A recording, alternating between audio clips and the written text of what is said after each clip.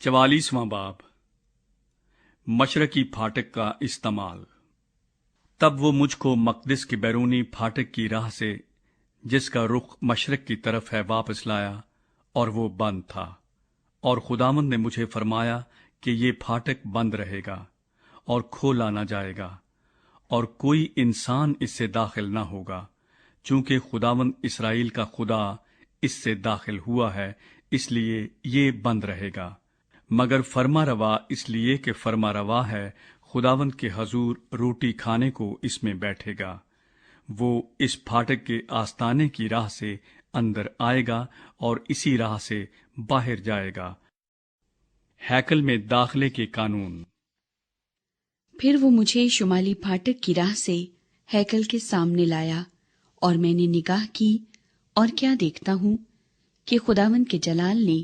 خداوند کے گھر کو معمور کر دیا، اور میں منہ کے بل گرا۔ اور خداوند نے مجھے فرمایا، اے آدم زاد، خوب غور کر اور اپنی آنکھوں سے دیکھ، اور جو کچھ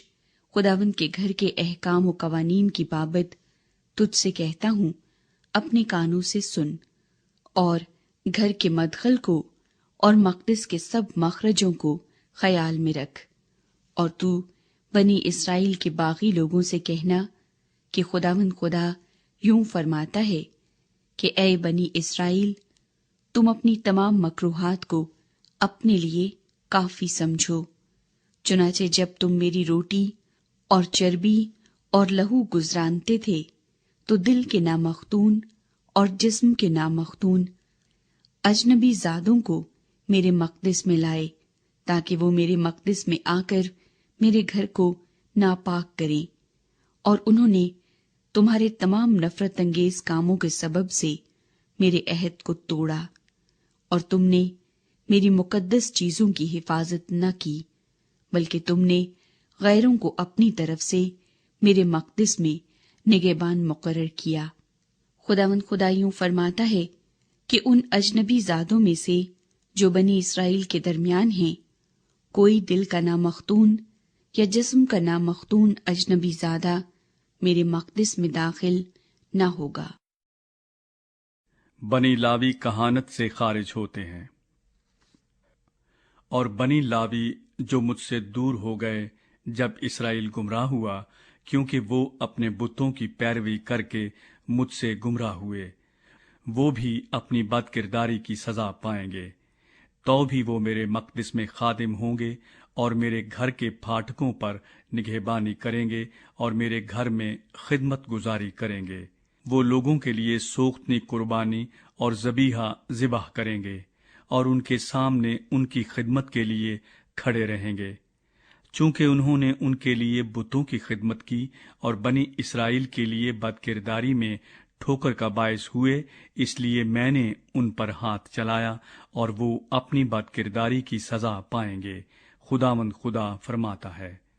اور وہ میرے نزدیک نہ آ سکیں گے کہ میرے حضور کہانت کریں، نہ وہ میری مقدس چیزوں کے پاس آئیں گے، یعنی پاک ترین چیزوں کے پاس، بلکہ وہ اپنی رسوائی اٹھائیں گے اور اپنے گھنونے کاموں کی جو انہوں نے کیے ہیں سزا پائیں گے۔ تو بھی میں ان کو ہیکل کی حفاظت کے لیے اور اس کی تمام خدمت کے لیے اور اس سب کے لیے جو اس میں کیا جائے گا نگہبان مقرر کروں گا۔ کاہن۔ لیکن لاوی کاہن یعنی بنی صدوق، جو میرے مقدس کی حفاظت کرتے تھے جب بنی اسرائیل مجھ سے گمراہ ہو گئے، میری خدمت کے لیے میرے نزدیک آئیں گے اور میرے حضور کھڑے رہیں گے، تاکہ میرے حضور چربی اور لہو گزرانے۔ خداوند خدا فرماتا ہے، وہی میرے مقدس میں داخل ہوں گے، اور وہی خدمت کے لیے میری میز کے پاس آئیں گے اور میرے امانت دار ہوں گے۔ اور یوں ہوگا کہ جس وقت وہ اندرونی صحن کے پھاٹکوں سے داخل ہوں گے تو کتانی پوشاک سے ملبس ہوں گے، اور جب تک اندرونی صحن کے پھاٹکوں کے درمیان اور مسکن میں خدمت کریں گے، کوئی اونی چیز نہ پہنیں گے۔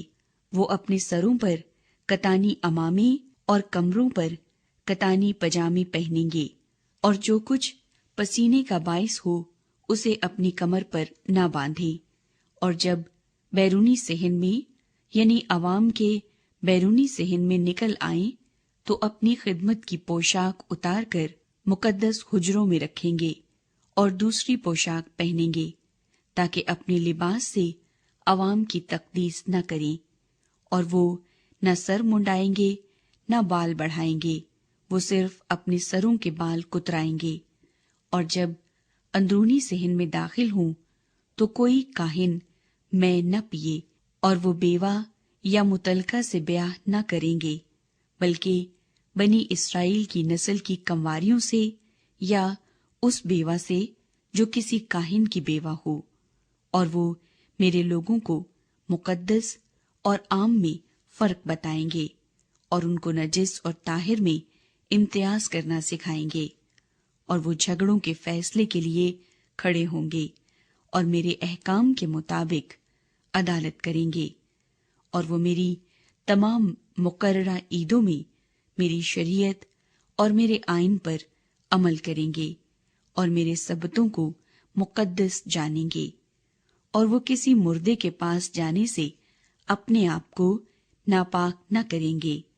مگر فقط باپ یا ماں یا بیٹے یا بیٹی یا بھائی یا کمواری بہن کے لیے وہ اپنے آپ کو ناپاک کر سکتے ہیں، اور وہ اس کے پاک ہونے کے بعد اس کے لیے اور 7 دن شمار کریں گے، اور جس روز وہ مقدس کے اندر اندرونی صحن میں خدمت کرنے کو جائے تو اپنے لیے خطا کی قربانی گزرانے گا۔ خداوند خدا فرماتا ہے، اور ان کے لیے ایک میراث ہوگی، میں ہی ان کی میراث ہوں، اور تم اسرائیل میں ان کو کوئی ملکیت نہ دینا، میں ہی ان کی ملکیت ہوں۔ اور وہ نذر کی قربانی اور خطا کی قربانی اور جرم کی قربانی کھائیں گے، اور ہر ایک چیز جو اسرائیل میں مخصوص کی جائے انہی کی ہوگی، اور سب پہلے پھلوں کا پہلا اور تمہاری تمام چیزوں کی ہر ایک قربانی کاہن کے لیے ہوں، اور تم اپنے پہلے گندھے آٹے سے کاہن کو دینا، تاکہ تیرے گھر پر برکت ہو۔ پر وہ جو آپ ہی مر گیا ہو یا درندوں کا پھاڑا ہوا، کیا پرند کیا چرند، کاہن اسے نہ کھائیں۔